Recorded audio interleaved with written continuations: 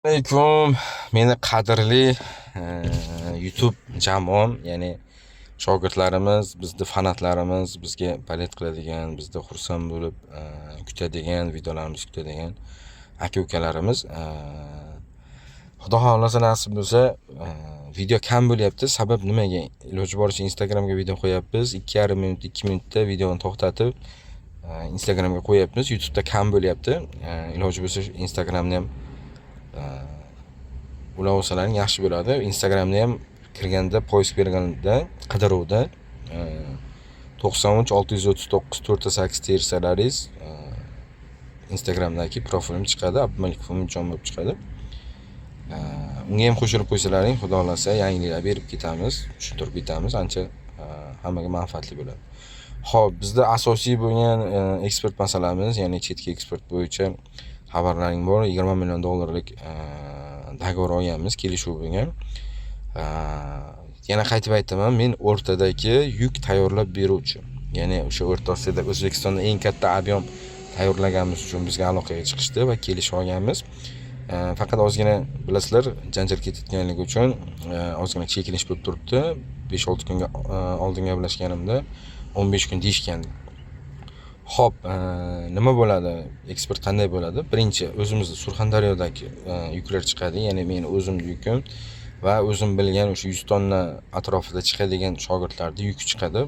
O'shalarning uyidan 100 tonna chiqariladi. Puli qanday bo'ladi desa, puli joyida deb kelishilgan, naqd deyilgan. Xudo xolasa pulni olganimizda naqd olamiz, joyida pulni beramiz.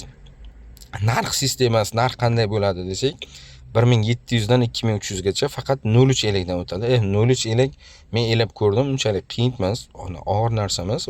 Faqat misol qilib aytadigan bo'lsak, 1,5 tonna biagomiz elaydigan joyingizga 1 tonna elaysiz.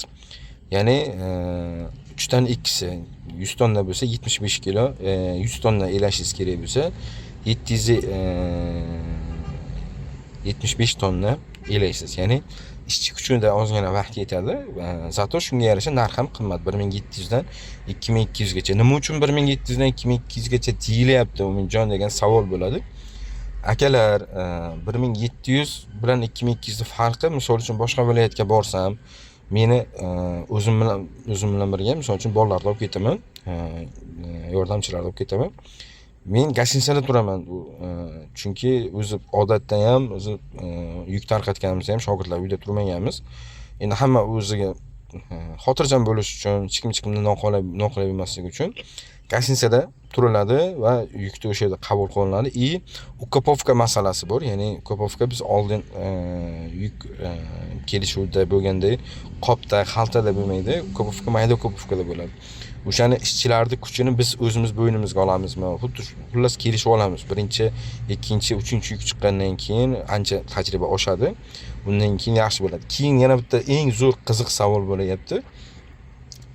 Yuk qancha vaqt eksport qilinadi? Misol uchun 1 oy, 2 oy, yo 10 kun, yo 15 kun yoki 5 hafta, 10 hafta degan. Akalar, eksport polni 12 oy, har haftada 100 tonna biagomiz bo'ladi. U yuk chiqqandan keyin, u yuk berib boshlaganimizdan keyin xudo xohlasa hech kimda hech qanaqa muammo qolmaydi. Hammada faqat ishlash bo'ladi. Oldin bizdan chuvalchang olgan shogirdlarimiz bor. O'sha paytda eksport o'zimiz qilamiz deganmiz.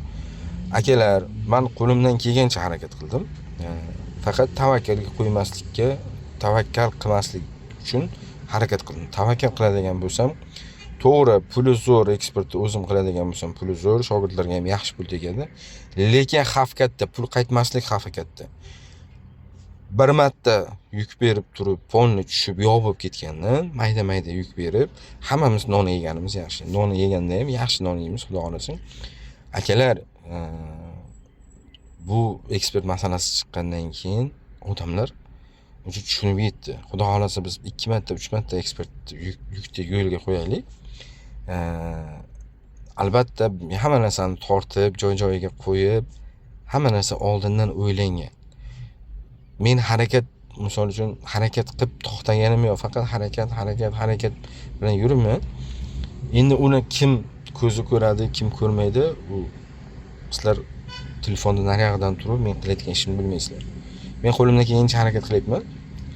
Biz ozgina qoldi. Xudo xolasa men shu yukni o'tkazadigan bo'lsak, juda oxiri yo'q yuk o'tadi nasib bo'lsa. Keyin yana bitta narsa, o'sha 5 gektarda video qilganimda oldin $2000 dan reaktor sotganman. Ko'p shogirdlarimiz, 34 ta shogirdimiz $2000 dan reaktor sotib olgan.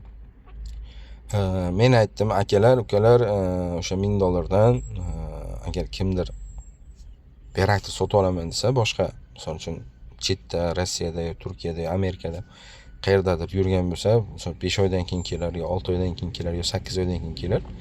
O'sha kelganicha biz chuvalchangni boqib turamiz. Oldin $2000 sotilgan, hozir $1000 deylik. Sabab $2000 nimaga o'sha paytda $2000 deyilgan, hozir $1000 deyilyapti. Akalar, men o'sha reaktorda baribir chuvalchang boqaman. Baribir boqaman. Chuvalchang o'zimda qoladi. Menda chuvalchang ob'yom katta. Bilasizlar, xabarlaring bor, ob'yom katta. $1000, $2000 qilib odamlarni qiynamasdan turib, $1000 qilib turib, $1000 ga boqib turib, o'sha yerda $1000 ga boqib turib, yagomisi bari men o'zimda qoladi, faqat chuvalchang olib ketadi $1000 bergan odam. Qanday yutadi desak, misol uchun 2 kvadrat chuvalchang 6 million so'm bo'ladigan bo'lsa, 6 millionlik chuvalchang tashiyman. $1000 pul olaman. O'sha yerda suvi, ishchisi, hamma narsasi bizning hisobdan bo'ladi, biz boshqa pul bermaydi.